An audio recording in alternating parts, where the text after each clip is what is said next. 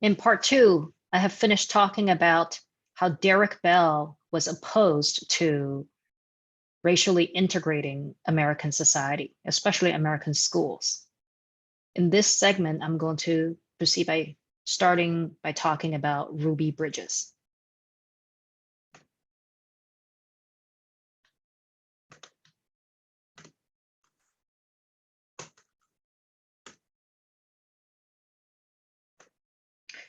This is a Norman Rockwell painting of 6-year-old Ruby Bridges going to school, surrounded by 4 US Marshals to protect her. After Brown versus Board of Education, she became the first Black child to attend a racially integrated school in the South. Look at what is written on the wall behind her. The N-word. There's a tomato that someone threw at her. These 4 imposing white men took on the duty to protect her from an agitated crowd of actual white supremacists. There's her badass mom. Historical photos.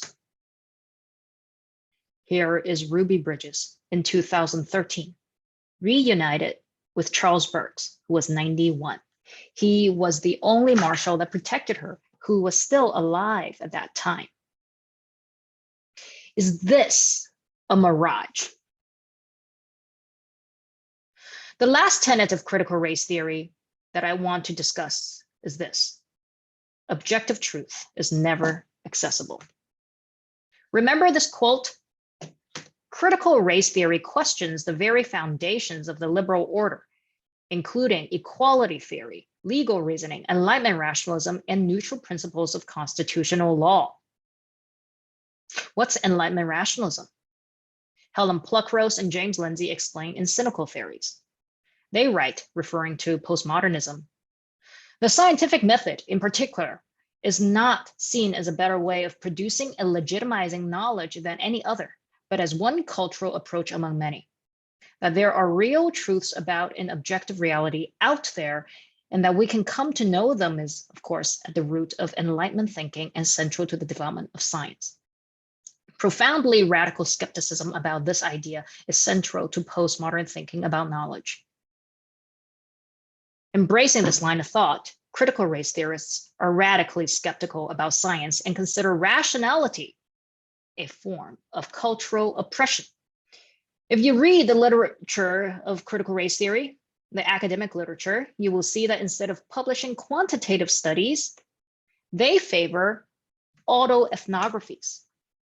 According to Wikipedia, autoethnography is a form of qualitative research in which an author uses self-reflection and writing to explore anecdotal and personal experience and connect this autobiographical story to wider cultural, political, and social meanings and understandings. In other words, you write a diary and publish it in a peer-reviewed journal. This is called idea laundering. Academic writers in this field are actively discouraged to publish papers with an academic voice that is neutral or objective. In the article Critical Race Theory, Archie Shepp and Fire Music, CRT law professor John Calmore writes, as a reflection of authenticity, critical race scholarship also rejects the traditional dictate that implore one to write and study as a detached observer whose work is purportedly objective, neutral, and balanced. He is saying that being objective, neutral, and balanced are not shared academic values. Those are white values. Critical race theorists believe that if you, as an academic, try to be objective, regardless of your skin color, your academic voice is white. If your skin color happens to not be white, it means you have integrated into the white world, just like Ruby Bridges.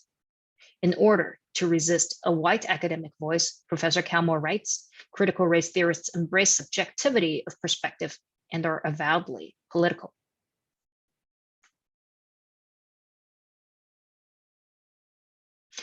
These subjective and political papers then get published in peer-reviewed journals and become codified as knowledge.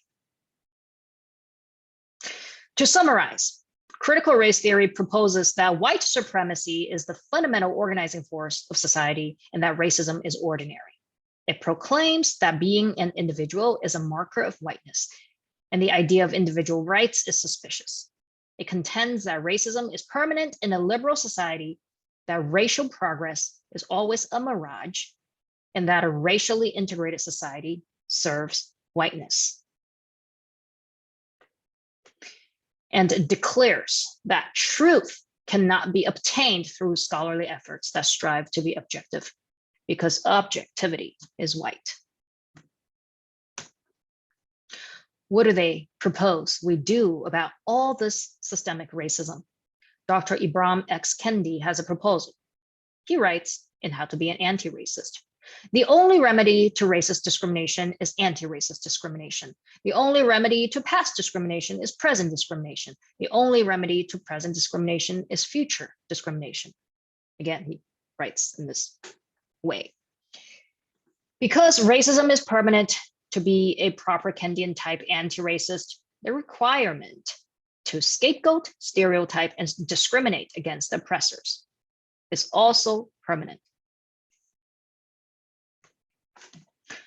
I would like to propose a different path forward. To be clear, we must stand unequivocally against racism of every sort and make every effort to improve the lives of people of color in ways that matter.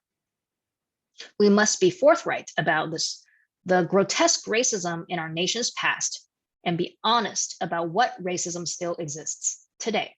There is some. This requires not using postmodern linguistic manipulation tactics to change the definition of words.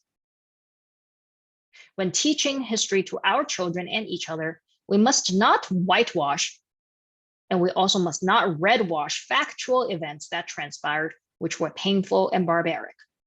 The brutality of how slavery has been practiced around the world at different times and places, as well as the brutality of communism, must all be acknowledged candidly and be taught honestly.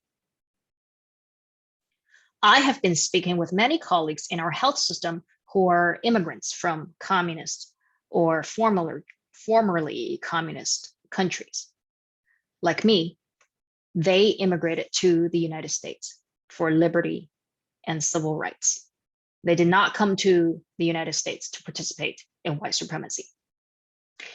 They feel it is difficult to speak up about the concerns regarding critical race theory because there is now an intolerant orthodoxy in America that is all too reminiscent of the trauma they have witnessed in the countries from where they came.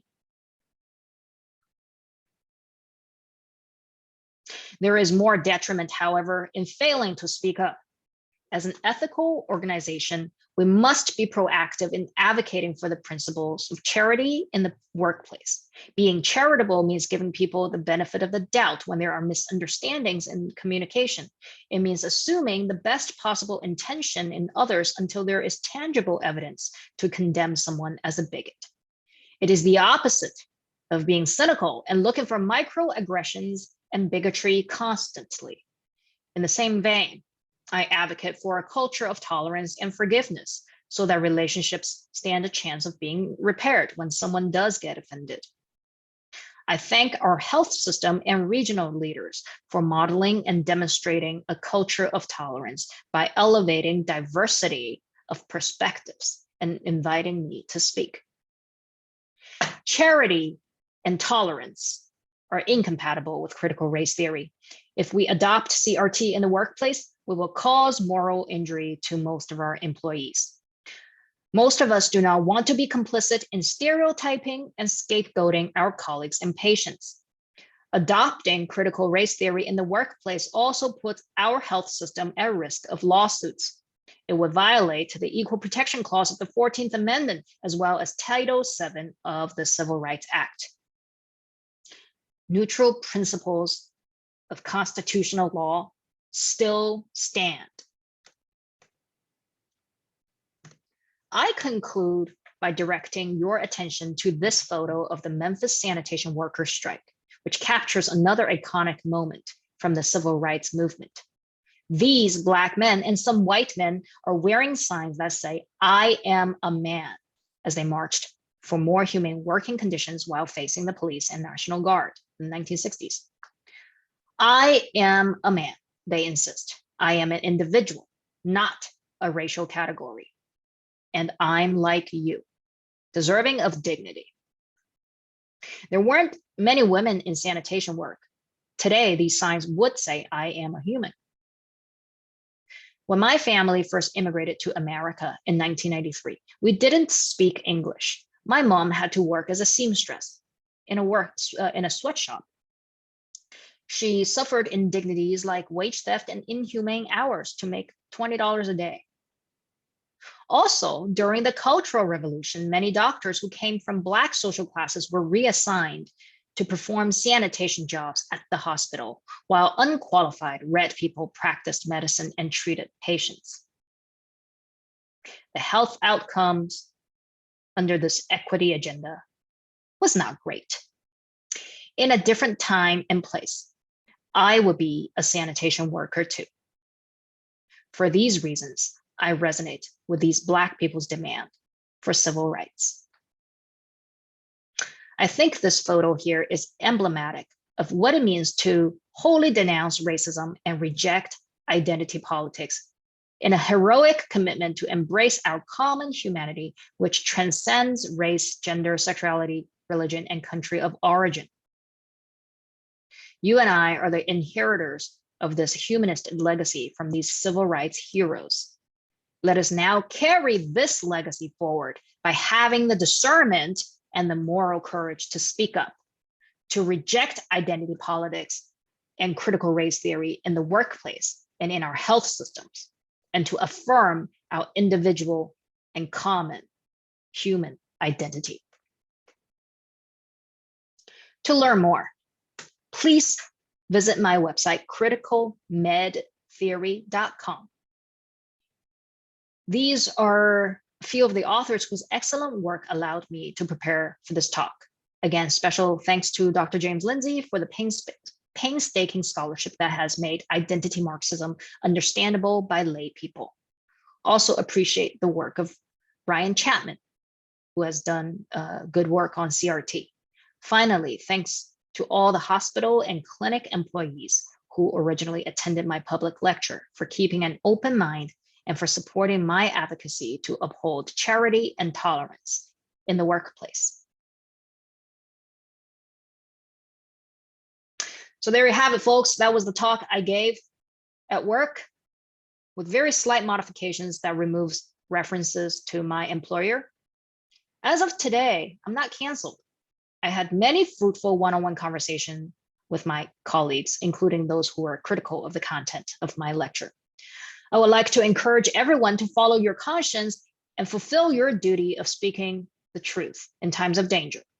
While there is now a good amount of pushback against critical race theory in K-12, it is now time to reclaim our professional societies and institutions of higher education. So please go forth and speak up in the communities where you live and work.